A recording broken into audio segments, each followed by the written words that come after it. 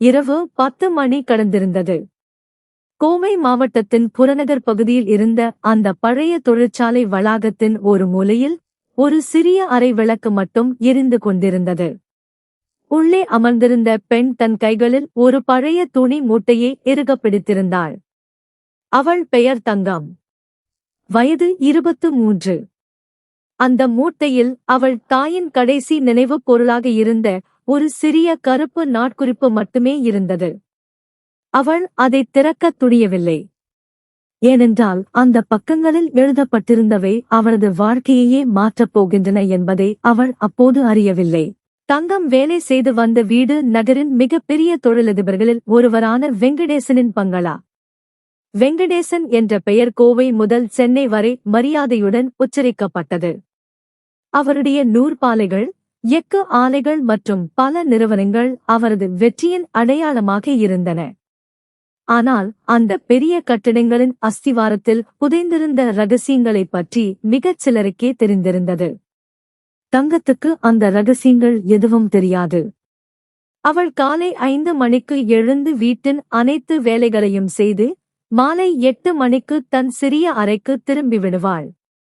பங்களாவில் உள்ளவர்கள் அவளை வெறும் வேலைக்காரியாகவே பார்த்தார்கள்.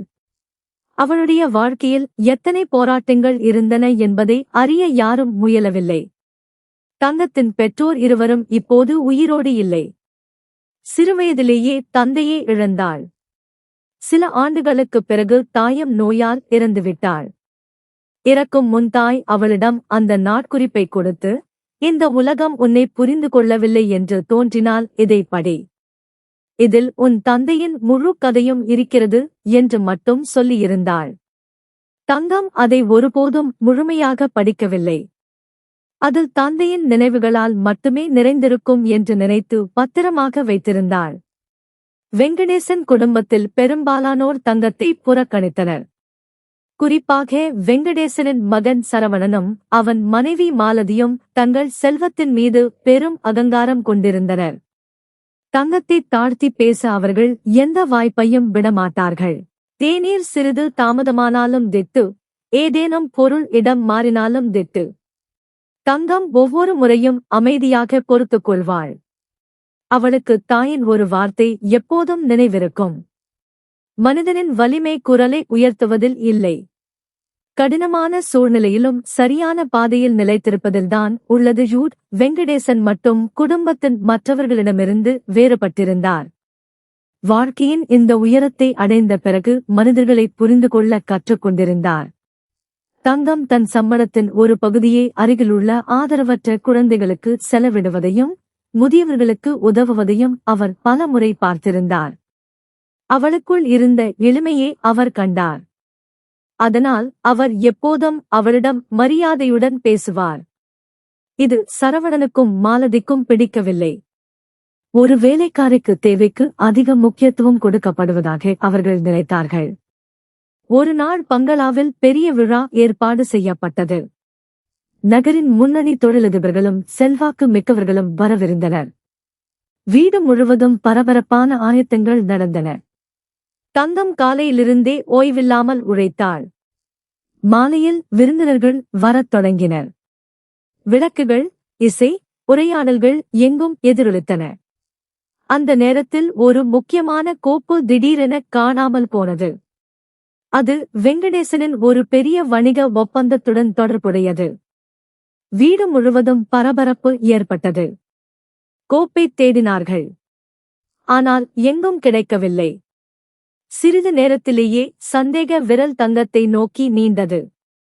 சரவணன் எந்த ஆதாரமும் இல்லாமல் அவள்தான் திருடியதாக அனைவர் முன்னிலையிலும் குற்றம் சாட்டினான். தங்கம் அதிர்ச்சியில் உறைந்து போனாள். தான் எதையும் எடுக்கவில்லை என்று நடுங்கும் குரலில் சொன்னாள். ஆனால் யாரும் நம்பவில்லை. விருந்தினர்கள் முன்னிலையில் அவள் அவமானப்படுத்தப்பட்டாள். அன்று இரவு தங்கம் தன் அறையில் உட்கார்ந்து கதறி அழுதாள். நேர்மைக்கு எந்த மதிப்பும் இல்லை என்று உணர்ந்தாள். ஆனால் அடுத்த நாளே உண்மை வெளிவந்தது. அந்த கோப்பு சரவணனின் சொந்த அலுவலக பையிலேயே இருந்தது. அவன்தான் தவறுதலாக அதில் வைத்திருந்தான். பிரச்சினை முடிவுக்கு வந்தது. ஆனால் யாரும் தங்கத்திடம் மன்னிப்பு கேட்கவில்லை. அந்தச் சம்பவத்திற்குப் பிறகு முதன்முறையாக வெங்கடேசன் தன் குடும்பத்தினர் நடந்து கொண்ட விதத்தைக் கண்டு வெட்கமடைந்தார். அவர் தங்கத்திடம் பேச முயன்றார். ஆனால் அவள், ஐயா, சிலர் மன்னிப்பு கேட்டு தவறுகளை திருத்திக் கொள்வார்கள். சிலர் அமைதியாக இருந்து திருத்திக் கொள்வார்கள். நான் யார் மீதும் கோபமாக இல்லை என்று மட்டும் சொன்னாள். அவளது இந்த வார்த்தை வெங்கடேசனின் இதயத்தில் ஆழமாக பதிந்தது. அன்று இரவு மற்றொரு சம்பவம் நடந்தது. பழைய சேமிப்பு அறையை சுத்தம் செய்யும்போது தங்கத்தின் பொருட்கள் கீழே விழுந்தன. அதோடு அவளது தாயாரின் அந்த பழைய நாட்குறிப்பும் தரையில் விழுந்தது. சில பக்கங்கள் திறந்தன. முதன்முறையாக அவள் இதுவரை கவனமாக படிக்காத அந்த வார்த்தைகளின் மீது பார்வைப்பட்டது. அந்த பக்கங்களில் அவளது தந்தையைப் பற்றி இதுவரை அவள் கேட்டிராத விஷயங்கள் எழுதப்பட்டிருந்தன. மீண்டும் மீண்டும் ஒரு பெயர் எழுதப்பட்டிருந்தது. வெங்கடேசன். தங்கம் வியப்பில் ஆழ்ந்தாள். அவளது தந்தைக்கும் வெங்கடேசனுக்கும் இடையே என்ன தொடர்பு இருந்தது? இத்தனை ஆண்டுகளாக அவள் தாய் மறைத்து வைத்திருந்த அந்த நாட்குறிப்பில் என்ன எழுதப்பட்டிருந்தது? அன்று இரவு தங்கத்தின் கண்களில் தூக்கம் வரவில்லை. அறையின் சிறிய ஜன்னல் வழியாக வந்த நிலவொளி அந்த பழைய நாட்குறிப்பின் மீது விழுந்தது. இத்தனை ஆண்டுகளாக தன் பெற்றோரின் நினைவாக மட்டுமே அவள் அதனை பத்திரப்படுத்தி வைத்திருந்தாள். ஆனால் இன்றுதான் முதன்முறையாக அது வெறும் நினைவுகளின் நாட்குறிப்பு மட்டுமல்ல, தன் கடந்த காலம் மற்றும் ஒருவேளை வெங்கடேசன் குடும்பத்தின் கடந்த காலத்துடனும் தொடர்புடைய ஏதோ ஒரு பெரிய உண்மையை தனக்குள்ளே மறைத்து வைத்திருக்கிறது என்பதை அவள் உணர்ந்தாள். அவள் நடுங்கும் கரங்களால் நாட்குறிப்பை திறந்து படிக்கத் தொடங்கினாள். ஆரம்ப பக்கங்களில் அவளது தந்தையின் சாதாரண வாழ்க்கை விவரிக்கப்பட்டிருந்தது. அவர் பெயர் அருணாசலம். ஒரு நேர்மையான உழைப்பாளி. பல ஆண்டுகளுக்கு முன்பு வெங்கடேசனின் தொழிற்சாலையில் பணியாற்றியவர். தங்கம் தொடர்ந்து படிக்க படிக்க அவளது முகபாவனைகள் மாறத் தொடங்கின. இன்று மக்கள் வெற்றியின் அடையாளமாக கருதும் இந்த பெரிய வெங்கடேசன் சாம்ராஜ்யம் அதன் தொடக்க நாட்களில் ஒரு மிகப்பெரிய நெருக்கடியை சந்தித்ததாக அந்த நாட்குறிப்பில் எழுதப்பட்டிருந்தது. ஒரு தவறான முதலீடு மற்றும் சில மோசடிகள் காரணமாக நிறுவனம் அழியும் விளிம்பிற்கு சென்றுவிட்டது. ஆயிரக்கணக்கான ஊழியர்களின் வேலைகள் ஆபத்தில் இருந்தன. வெங்கடேசனும் தன் வாழ்க்கையின் மிக கடினமான காலகட்டத்தை கடந்து கொண்டிருந்தார். நாட்குறிப்பின்படி அதே காலகட்டத்தில் அருணாசலம் உலகத்திற்கு ஒருபோதும் தெரியவராத ஒரு தியாகத்தை செய்தார். நிறுவனத்தை காப்பாற்றுவதற்காக அவர் தன் முழு சேமிப்பு, தன் நிலம் மற்றும் தன் குடும்பத்தின் பாதுகாப்பை கூட பணயம் வைத்தார். நிறுவனம் மூடப்பட்டால் ஆயிரக்கணக்கான குடும்பங்களின் எதிர்காலம் இருண்டுவிடும் என்பதை அவர் அறிந்திருந்தார். அவர் எந்த நிபந்தனையும் இன்றி வெங்கடேசனுக்கு உதவினார். ஆனால் மிகவும் அதிர்ச்சி அளிக்கும் விஷயம் அடுத்து எழுதப்பட்டிருந்தது. பின்னர் நிறுவனம் வெற்றி பாதையை அடைந்தபோது சில பேராசை பிடித்த அதிகாரிகள் முழு விஷயத்தையும் அமுக்கிவிட்டதாக நாட்குறிப்பில் குறிப்பிடப்பட்டிருந்தது. வரலாற்று பக்கங்களிலிருந்து அருணாசலத்தின் பெயர் முற்றிலுமாக அழிக்கப்பட்டது. வெங்கடேசனின் உழைப்பால் மட்டுமே நிறுவனம் காப்பாற்றப்பட்டது என்று உலகிற்கு சொல்லப்பட்டது. அருணாசலம் இதற்கு ஒருபோதும் எதிர்ப்பு தெரிவிக்கவில்லை. ஏனெனில் அவருக்கு மக்களின் நலனே முக்கியமாக இருந்தது. ஆனால் இந்த அநீதி மெல்ல மெல்ல அவரது வாழ்க்கையை பாதித்தது. பொருளாதார கஷ்டங்கள் மற்றும் மன அழுத்தம் காரணமாக அவரது ஆரோக்கியம் சீர்குலைந்து இறுதியாக அவர் இவ்வுலகை விட்டு பிரிந்தார். தங்கம் இதையெல்லாம் படித்து அதிர்ச்சியில் உறைந்து போனாள்.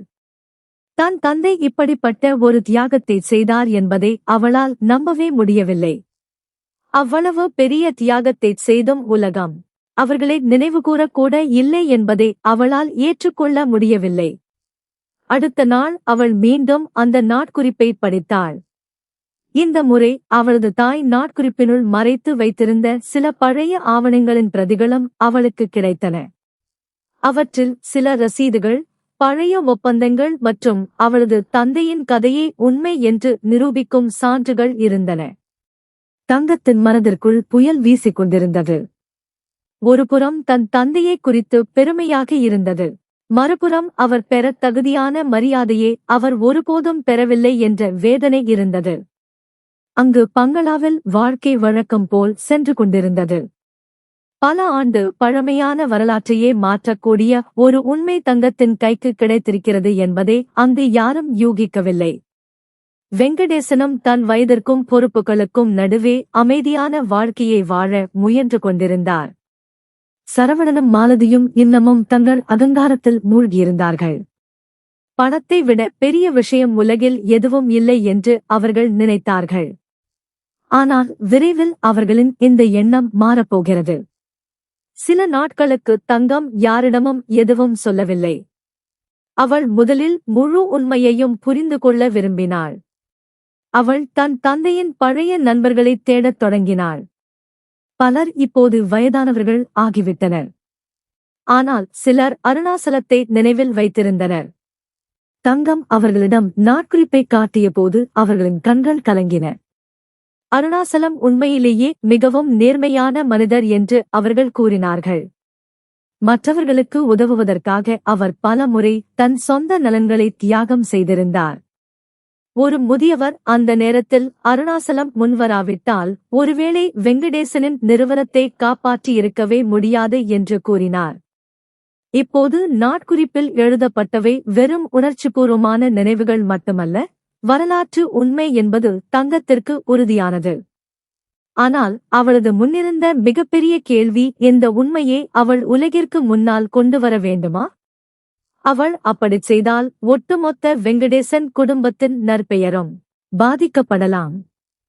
ஆனால் அவள் அமைதியாக இருந்தால் அவளது தந்தையின் தியாகம் எப்போதும் இருளிலேயே புதைந்துவிடும். பல இரவுகள் சிந்தித்த பிறகு, யாரையும் அவமானப்படுத்துவதற்காக அல்ல, தன் தந்தைக்குரிய மரியாதையை பெற்றுத்தர மட்டுமே உண்மையை வெளிக்கொண்டு வர வேண்டும் என்று அவள் முடிவெடுத்தாள். அதே சிந்தனையுடன் அவள் வெங்கடேசனைச் சந்திக்க தீர்மானித்தாள். அவள் அவர் முன் சென்றபோது அவளது கையில் அதே பழைய நாட்குறிப்பு இருந்தது. தான் என்ன பேச வேண்டும் என்று வெங்கடேசன் வியப்புடன் கேட்டார். தங்கம் எதுவும் பேசாமல் நாட்குறிப்பை அவர் முன் வைத்து சில பக்கங்களை படிக்குமாறு கேட்டுக்கொண்டாள். வெங்கடேசன் படிக்க படிக்க அவரது முகத்தின் நிறம் மாறத் தொடங்கியது. அவரது கண்களில் வியப்பு, வேதனை, குற்ற உணர்ச்சி என அனைத்தும் ஒரே நேரத்தில் தெரிந்தன. அவருக்கு பல ஆண்டுகளுக்கு முந்தைய பல சம்பவங்கள் நினைவுக்கு வரத் தொடங்கின. அருணாசலத்தின் முகம் அவருக்கு நினைவுக்கு வந்தது. அவரது நேர்மையும் நிறுவனம் அழியும் விளிம்பில் இருந்த அந்தச் சோதனையான காலகட்டமும் நினைவுக்கு வந்தன. அவர் ஒருபோதும் வேண்டுமென்றே அருணாசலத்தின் பங்களிப்பை மறைத்ததில்லை. ஆனால் வெற்றியிலும் காலப்போக்கிலும் பல உண்மைகள் பின்னுக்கு தள்ளப்பட்டுவிட்டன. ஒரு மிகப்பெரிய அநீதி நடந்துவிட்டது என்பதை இப்போதுதான் அவர் முதன்முறையாக உணர்ந்தார். அறையில் சிறிது நேரம் ஆழ்ந்த அமைதி நிலவியது. பிறகு வெங்கடேசன் மெதுவாக நாட்குறிப்பை மூடிவிட்டு தங்கத்தை பார்த்தார். அவரது கண்கள் கலங்கியிருந்தன. என் வாழ்க்கையில் நான் பலவற்றைச் சாதித்துவிட்டதாக நினைத்தேன். ஆனால் ஒரு மிகப்பெரிய கடனோடுதான் நான் வாழ்ந்து கொண்டிருந்திருக்கிறேன் என்பதை இன்று உணர்கிறேன் என்றார். தங்கம் அமைதியாக இருந்தாள். அவள் பழிவாங்க வரவில்லை. தன் தந்தைக்கு நியாயம் கிடைக்க வேண்டும் என்று மட்டுமே விரும்பினாள். வெங்கடேசன் அதே கணத்தில் ஒரு பெரிய முடிவை எடுத்தார். இனி இந்த உண்மை மறைந்திருக்காது என்றும், வெங்கடேசன் சாம்ராஜ்யத்தின் அஸ்திவாரம் தன் உழைப்பால் மட்டுமே கட்டப்படவில்லை, அருணாசலம் போன்ற நேர்மையான மனிதரின் தியாகத்தின் மீதும் நின்றிருக்கிறது என்பது முழு உலகிற்கும் தெரியவரும் என்றும் அவர் கூறினார். இந்த முடிவு பின்ன நாட்களில் தன் தந்தையின் மரியாதையை மீட்டுத் தருவதோடு மட்டுமல்லாமல் ஒட்டுமொத்த வெங்கடேசன் குடும்பத்தின் சிந்தனையையுமே மாற்றப் போகிறது என்பதை தங்கம் யூகிக்கவில்லை.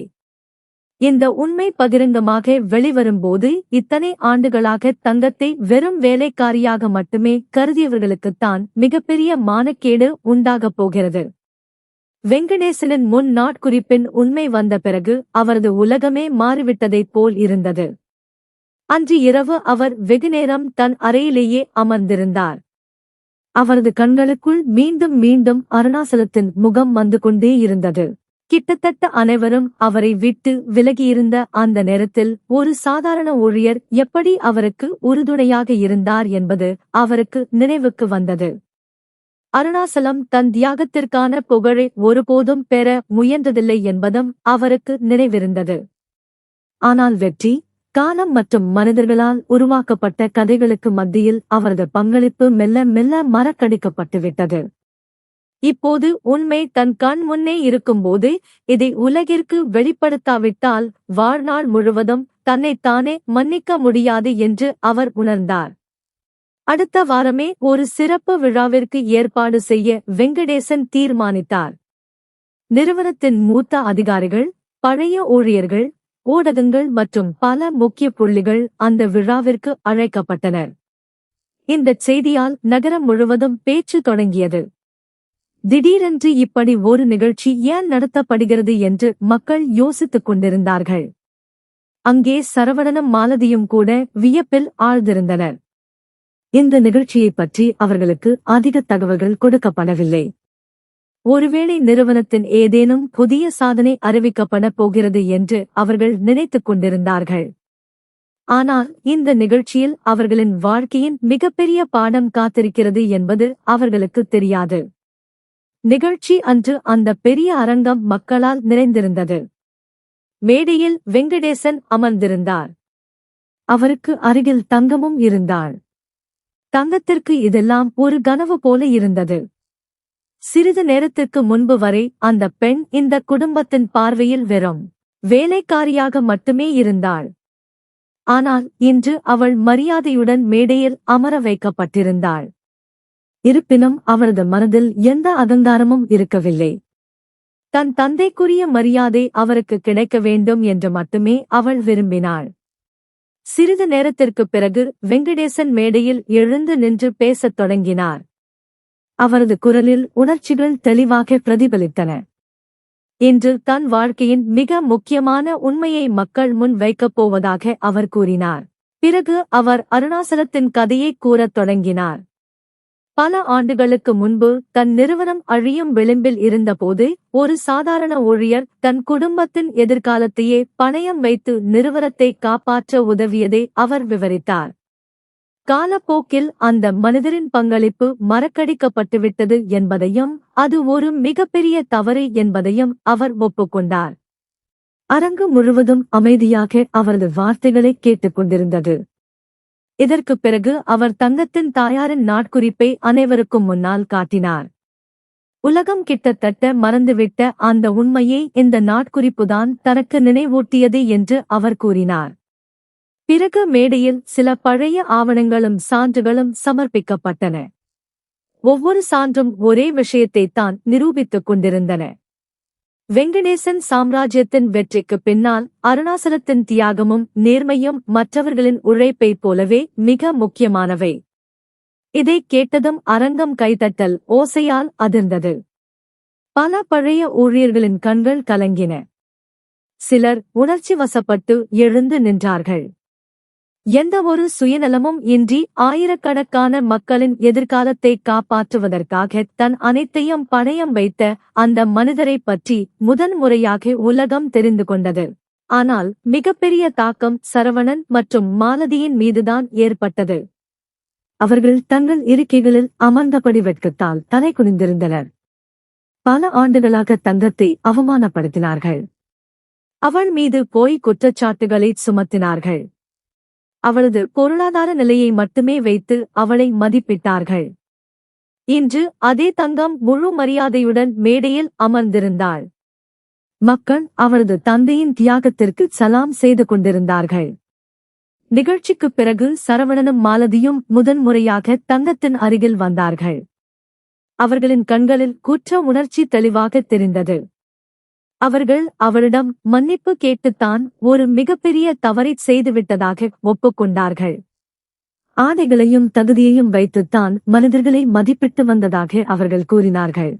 ஆனால் ஒரு மனிதரின் உண்மையான மதிப்பு அவரது குணத்தினாலும் செயல்களினாலும் மட்டுமே தீர்மானிக்கப்படுகிறது என்பதை இன்று அவர்கள் புரிந்து கொண்டார்கள்.